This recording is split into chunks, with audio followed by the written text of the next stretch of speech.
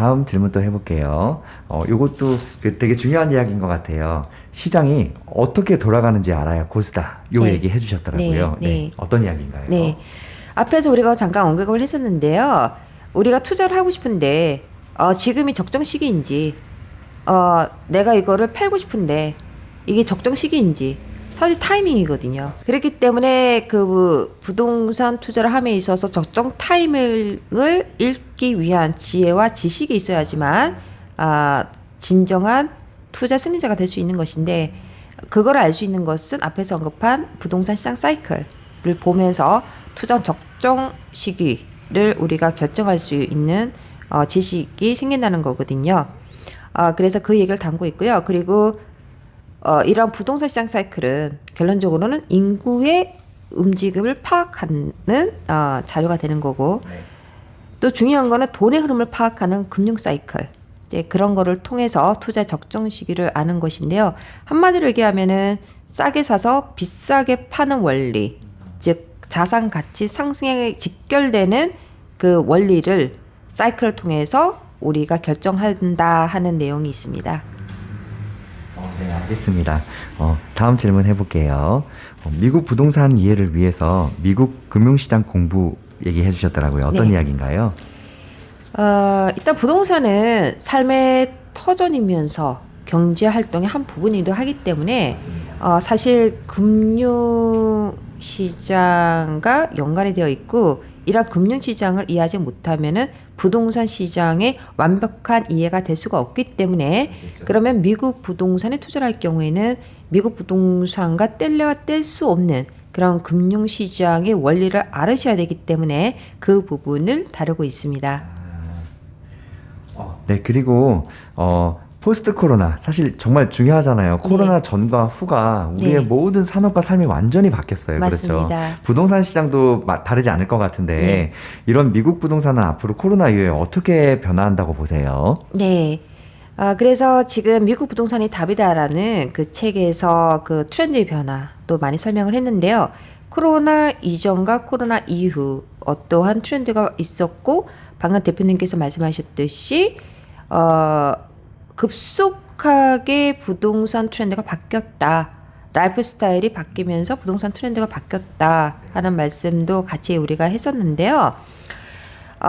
사실 그 미래 트렌드를 봤었을 때는 코로나 이후에 급변한 부동산 시장의 일부는 여전히 지속될 거라고 보고 있어요. 그것은 재택근무, 원격근무가 활성화됨으로써 거주용 부동산이 더 안정적인 부동산으로 각광을 받게 되었다는 것이고요. 그리고 또 유형별로 말씀드린다면은 상업용 부동산 중에서 셀프 스토리지, 2021년도에 역사상 최고의 임대료를 기록할 정도로 뜨는 그런 부동산 유형이 됐다는 거죠. 그리고 이런 그 물류창고와 같은 산업용 부동산이 또 다른 각광을 받고 있는 그런 변화가 있게 됐고요. 그리고 코로나로 인해서 그 인플레이션 그리고 집값 상승으로 인해서 저소득층이라든지 중산층들이 집을 사기가 더 어려워졌기 때문에 사실 계속적으로 가격은 올라갈 수는 없고, 그러면은 그들에게 제공할 수 있는 집, 그러면 집의 그 사이즈가 작아져야 된다는 거죠. 네. 예, 그래서 타니홈이 많이 유행이 될 것 같고요. 그 다음에 조립식 제조주택이 사실 2년 동안 굉장히 인기 있는 그런 가옥의 형태가 되었는데요. 사실 이거는 상당히 획기적인 거예요. 근데 사실 조립식 제조주택은 코로나 전만 하더라도 부동산이라고 하지를 않았습니다. 그거는 우리가 갖고 다니는 물건이기 때문에 동산, 그죠? 또는 개인 자산이라고 우리가 표현을 하거든요, 미국에서는.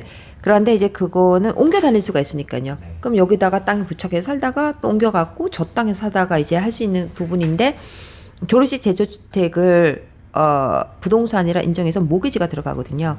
그러니까 그러한 것들이 큰 변화가 왔다는 거죠. 그리고 다세대 주택이 좀 더 그 각광을 받을 거라고 예상을 하고 있고요. 그리고 그 빌드 투 렌트 방식이 굉장히 성공이 됐었는데 미국에 있는 신규 건설 회사들이 지어서 분양하는 게 아니라 지어서 곧바로 임대를 했어요. 그래서 그러면서 자금을 또 이렇게 활용할 수 있는 그런 부분이었는데 이러한 그 빌드 투 렌트 방식은 향후 몇 년 동안 더 성행할 거라고 보고 있고요. 그리고 가장 큰 변화는 그 3D 투어 MZ 세대들에게 예전에는 우리가 부동산을 구입한다 그러면은 임장을 한다 그러잖아요. 실사를 하고.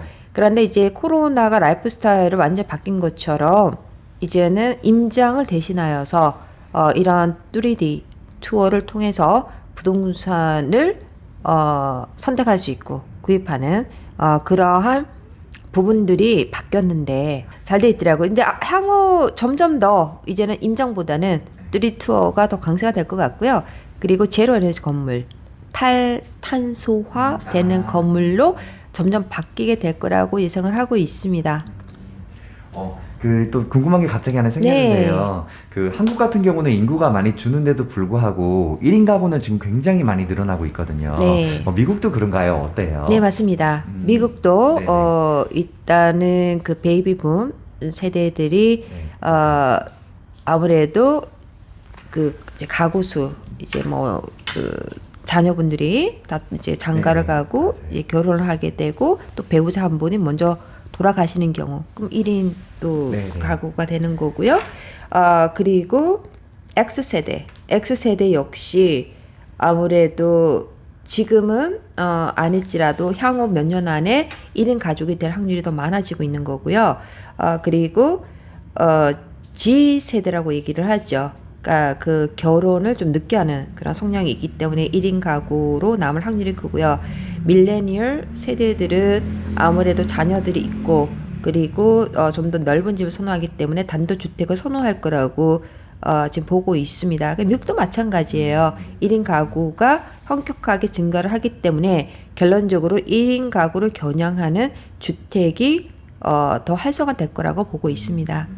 제가 왜 여쭤봤냐면 아까 그 부동산은 자리뿐만 아니라 인구의 흐름을 잘 파악하라고 해주셨잖아요. 그렇게 되면 요즘은 1인 가구가 폭발적으로 늘어나기 때문에 그걸 되게 잘 파악해야 되지 않을까 해서 여쭤본 거예요. 네, 좋은 질문이세요. 네. 미국도 마찬가지라는 말씀이시죠? 네, 1인 미국도 가구에 마찬가지입니다. 네, 알겠습니다. 네. 작가님, 저희가 그 준비한 인터뷰 여기까지인데, 마지막으로 작가님에게 투자란 어떤 것인가요?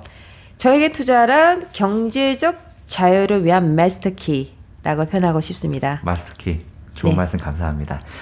작가님, 오늘 저희는 주식 채널이라 부동산은 처음이에요. 좀 조심스럽긴 했는데, 오늘 그 시장의 트렌드를 파악하라는 이야기, 인구 흐름을 또 파악하라는 이야기, 좋은 말씀 해주셔서 너무 감사합니다. 네, 감사합니다. 네, 작가님 반가웠습니다. 감사합니다. 감사합니다. 네.